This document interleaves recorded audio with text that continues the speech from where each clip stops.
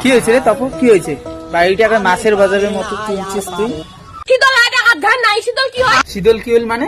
কে শালি শীতল সুকির দিয়ে কুত্তি বেড়ে গেছিস তুই? সকালে শুকে দিয়ে গেল একটা গোটা। তো কতবার কইছম শালি শীতল সুকির দিয়ে কোনোটা বেড়ে যাবো না, খাই জেলা কালি জমবে এটা। খাইনিল শীতলটা। খাইনিল শীতল মানে? তুই জানিস না টাড়ি বাড়ির লোক কেমন লেইবে খাইছে?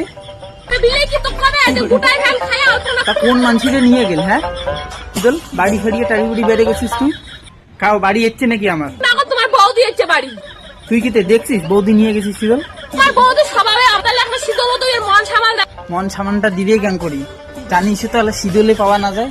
কোটে সুকির দিছিস তুই একটু শুকে দিত। আর শীতল সুকির দিয়ে কোটে বেড়ে গেছিস তুই? হ্যাঁ ডাবলি পড়া বেচ্ছ। নে হয়েছে, মানসির দোষ দিস না। বিলে ঠিলে বোধহয় খাইছে। বিলে খালে তো কামড়া ডাক্তার করে ভাঙা ডাক্তার।